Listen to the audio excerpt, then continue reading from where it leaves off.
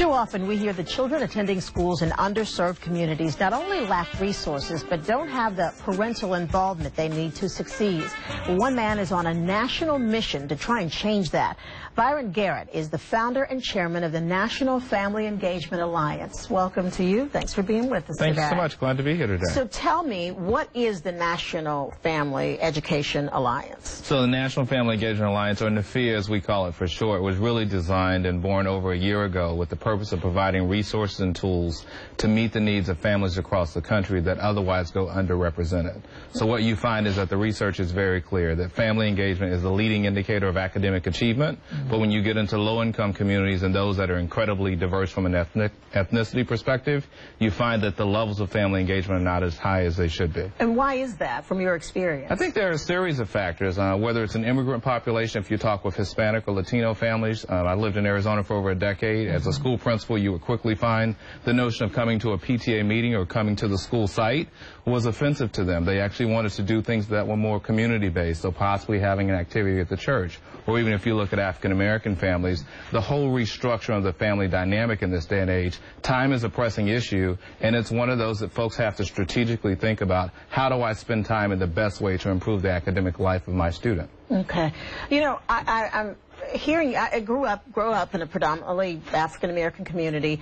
You know, my parents were always, if we had something at school, they were there. Because they wanted to see whether or not I was doing what I was supposed to be doing. And if the teacher said I wasn't doing what I was supposed to be doing. And they could ask somebody whether or not you were doing it. I had to answer to them.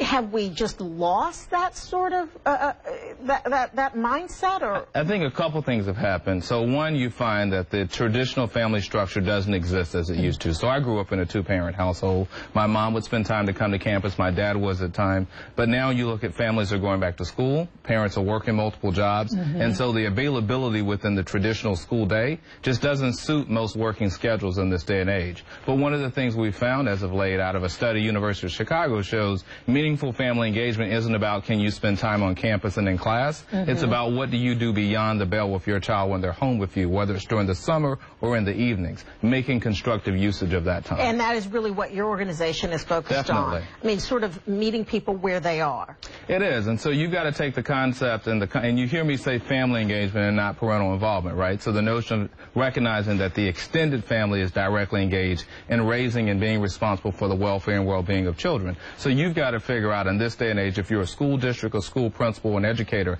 how do I go out into the community to meet people exactly where they are? So how does your organization make this happen? So we partner with school districts across the United States. We also advocate on the Hill, and so we're continuously focused on how do you drive resources, dollars, and support to the local level that actually make an impact in the classroom and in the home. I just had a book come out with Scholastic called ABCs of Life, and part of the thought around the book was how do you also equip young people with the skills and tools they need to improve their everyday station in life. Now, and your work with Scholastic, is the FACE project? Right, FACE, Family and Community Engagement, is their acronym, and it is. And so Scholastic, obviously one of the most trusted names in children's publishing, really discovered and said, we've got to equip parents with the tools and resources, and we need to help schools do a better job. So how do you create a turnkey program like Read and Rise or REAL, which is a mentoring program that actually equips school staff on how do you work effectively with families,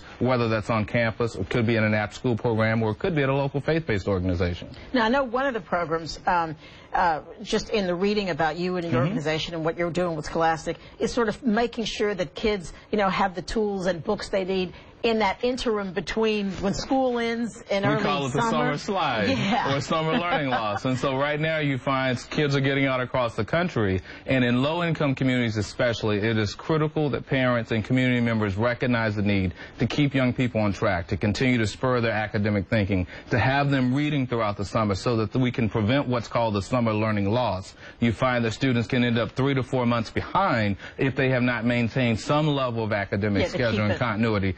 To maintain and be fresh, so that when you start back to school, you're not playing catch-up for the last 3 months. Now, I have to ask you, because this all sounds great. It sounds like exactly what we need to be doing.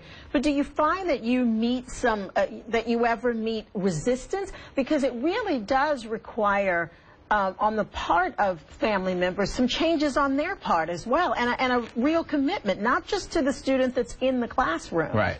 And you're exactly correct. I tell people it requires a shared and collective responsibility. So it's not just the educator in front of the student, it's not just the student sitting in the desk, but everyone shares in the responsibility of the success and failure of students. So mom and dad, auntie, big mama, everyone has to think differently about how do I engage with that young person. So instead of saying go play video games for the evening, let me talk you through a project. I used to do an activity with my nephew. He would always watch MTV Cribs, and I would turn around and say, let's talk about the square footage of the house you saw. What does it take to actually get a mortgage? So something that he was doing every single day, but let's turn that into an academic exercise. Of course, he eventually caught on, then you move on to another subject, but the notion of saying, how do you take everyday lessons in life to ensure that I'm learning and continuing to move forward? Because the idea is to get their minds thinking, to get them to apply what they're learning in the classroom. Critical thinking and logic in this day and age are a premium in the workplace, as you well know. And students in this day and age suffer from that skill set and ability because too many things are given and they're just right at hand, and I don't have to think through the motions or process the next step. And they're just memorizing. They're not they don't really know how to apply it to every day. They don't understand the process, but they can tell you what the answer is. And so the question becomes, how did you get there?